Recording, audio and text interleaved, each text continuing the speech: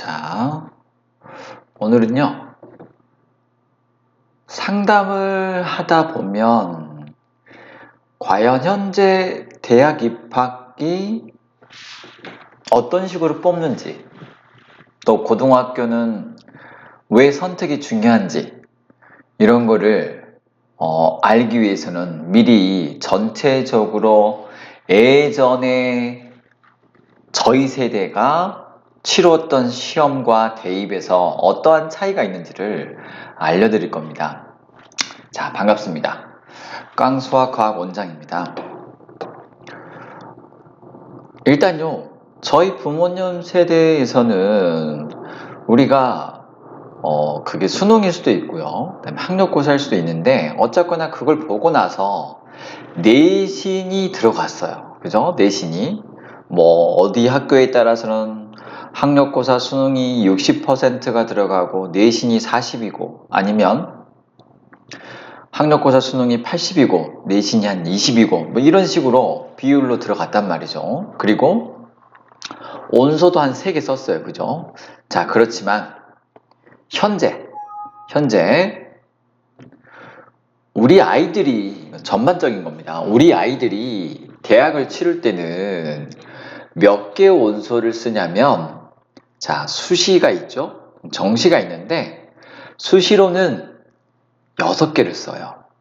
정시로는 3개를 씁니다.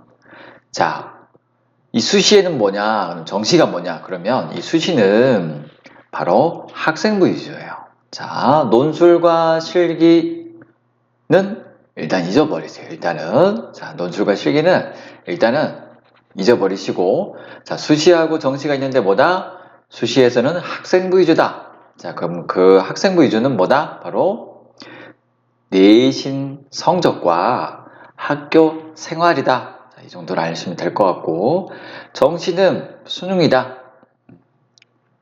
그래서 이 수시에서 몇 개? 6개를 쓰고, 정시에서 몇 개? 3개를 씁니다. 이게 계속 되죠? 자, 그러면 우리가 누가 봐도요, 이 수시라는 거는 학생부 위주고, 학생부 위주는 결국 뭐예요? 학교 생활이잖아요. 그죠? 그러면 그 학교, 즉 고등학교 생활인데, 이 고등학교 선택이 그래서 되게 중요한 겁니다. 누가 봐도 6개와 3개인데 이 6개를 포기한다? 쉽지 않아요. 그죠? 다만 이 목동 지역에서는 이 6개 부분이 사실은 수능으로 애들이 열심히 해서 재수생까지도 우리가 이기기 때문에 이기는 애들이 꽤 많죠. 때문에 이 수시 부분이 의미가 없게 돌아가는 학교 전체도 있고요. 그 다음에 그 학교 안에서도 등급에 따라서 내신보다는 수능 점수가 더 잘 나와서 가는 경우가 꽤 있죠.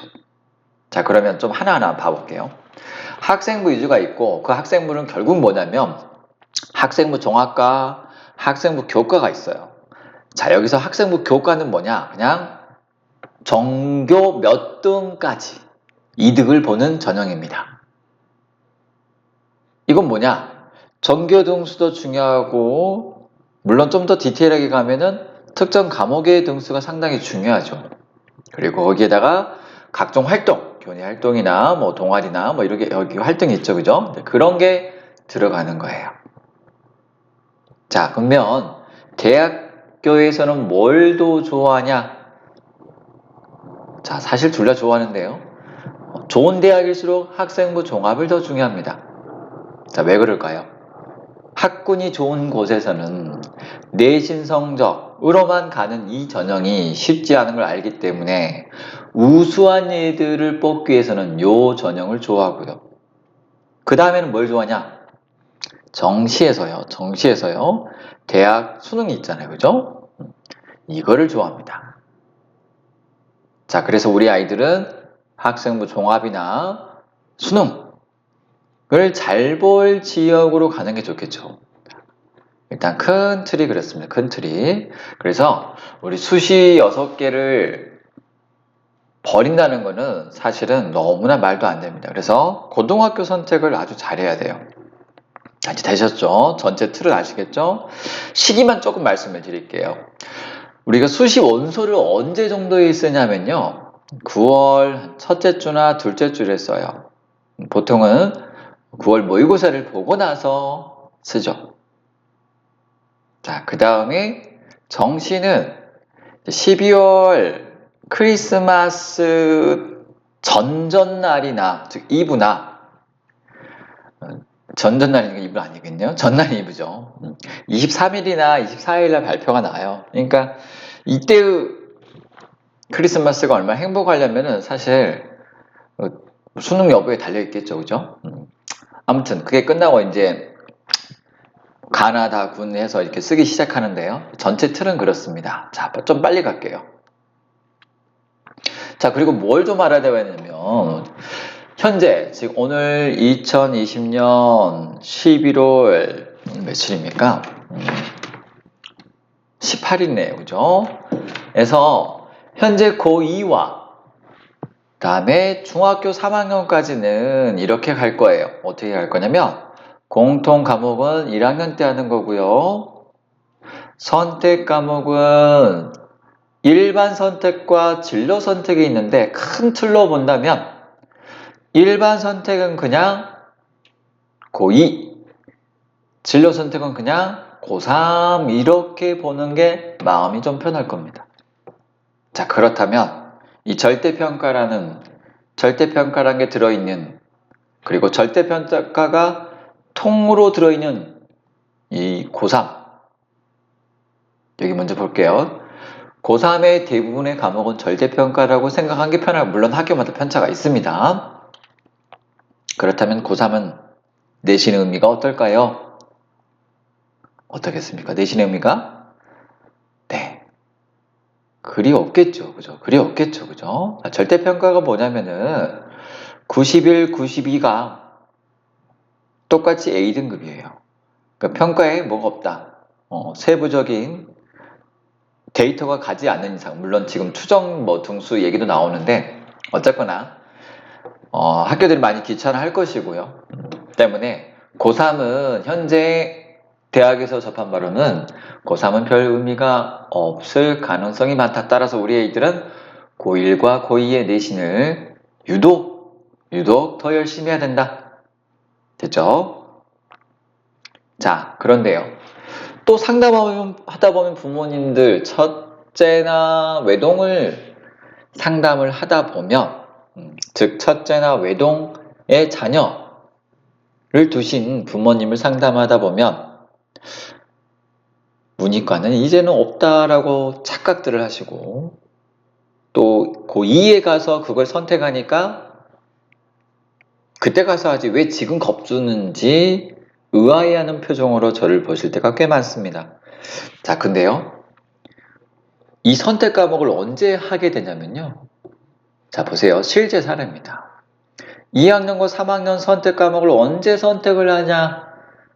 우리 자녀분들이 대부분의 고등학교, 특히 일반고는 거의 대부분입니다. 한두 개 학교 빼놓고 막 그렇다고 봐야죠. 10개 중에 하나, 2개 정도 빼놓고는 한 2학기 때 하는데, 보통은 다 언제 한다?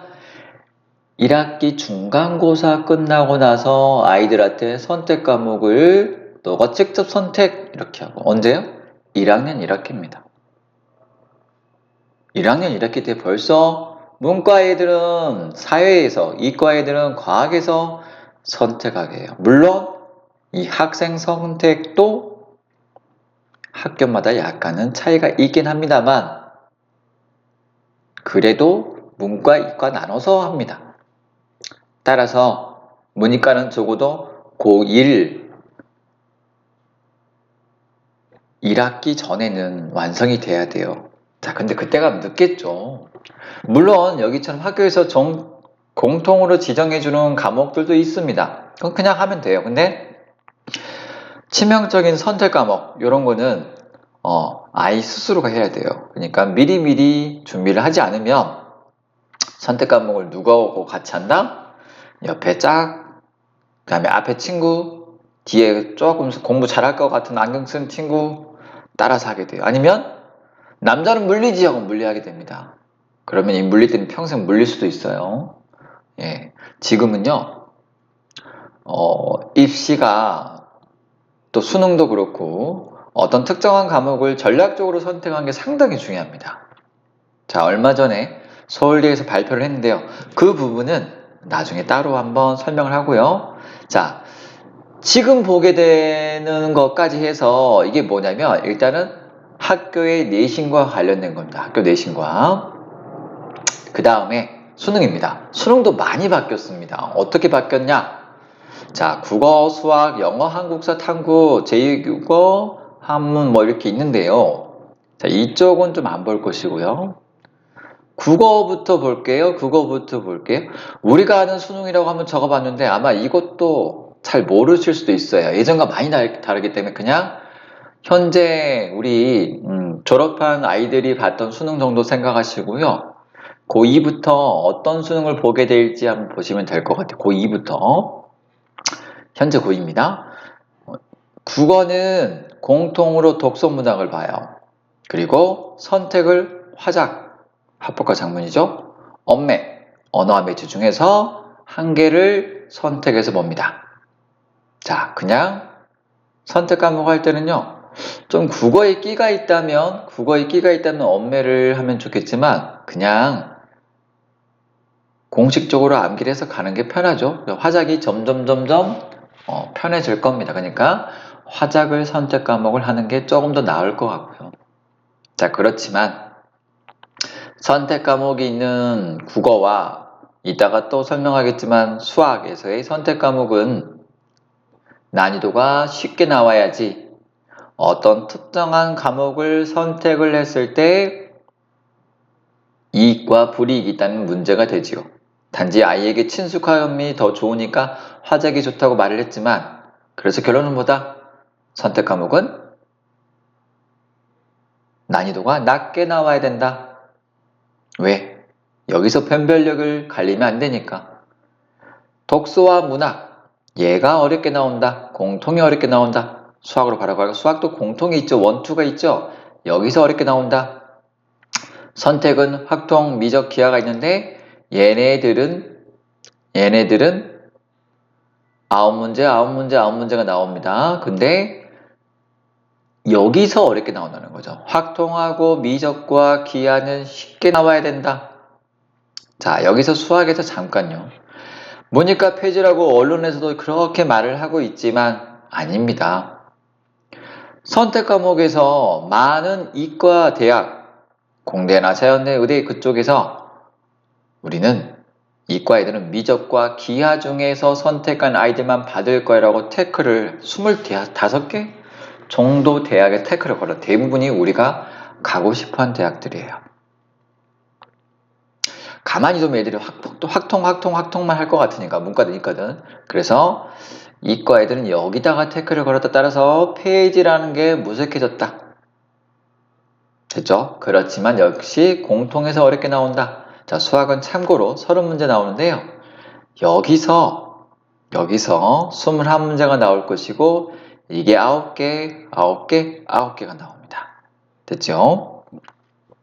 다음에 영어와 한국사가 있는데 영어는 자, 절대평가입니다. 자, 이 방송을 보고 계신 영어 관계자님들은 좀 싫어할 수도 있겠지만 적당한 시기가 되면 영어에 대한 힘을 조금은 빼주셔야 됩니다. 이 부분은 학원들이 문제가 있는 게 아니에요. 학원들은 사업체입니다. 저 역시도 마찬가지고요. 부모님들이 선택을 하셔야 됩니다. 심지어는 저희도 수학, 과학을 하고 있잖아요. 되어 있으면 어느 정도 되면은 힘 빼기란 말이 웃기지만 어느 정도는 부모님이 취사 선택을 해서 그 조언을 받아 들으셔야 됩니다. 뭐 저희는 가감없이 이 과목이 되어 있으면 영어는 좀 줄여라 이렇게 말을 하니까요. 무슨 얘기를 하고 싶냐면요. 영어나 한국사 같은 이러한 절대평가의 과목들은 어렵게 나오는데 한계가 있어요. 때문에 어느 정도가 본인이 완성이 됐다고 판단이 되면은 학원 다니지 말란 게 아니고요. 횟수를 좀 줄이든지 아니면 부탁을 해서 어느 정도는 얘기를 드려야 될 겁니다. 자, 바로 탐구 갈게요. 탐구는 역시 얘도 구별이 없다고 그냥 17개 과목 중에서 두 개만 선택한다고 되어 있지만 앞서 말한 수학에서 우리가 이과대학에서 미적과 기하를 태클을 걸었듯이 여기도 과학에서만 두 개를 선택하게 태클을 걸어놨어요. 알겠죠? 그러니까 이 부분을 참고를 하셔야 됩니다. 자, 오늘은 이렇게 그 바뀐 입시에 대해서 얘기를 해봤고요. 전체 틀이고요. 이거를 나중에 좀 더 디테일하게 얘기를 좀 하겠습니다. 자, 여기서 녹화 중단.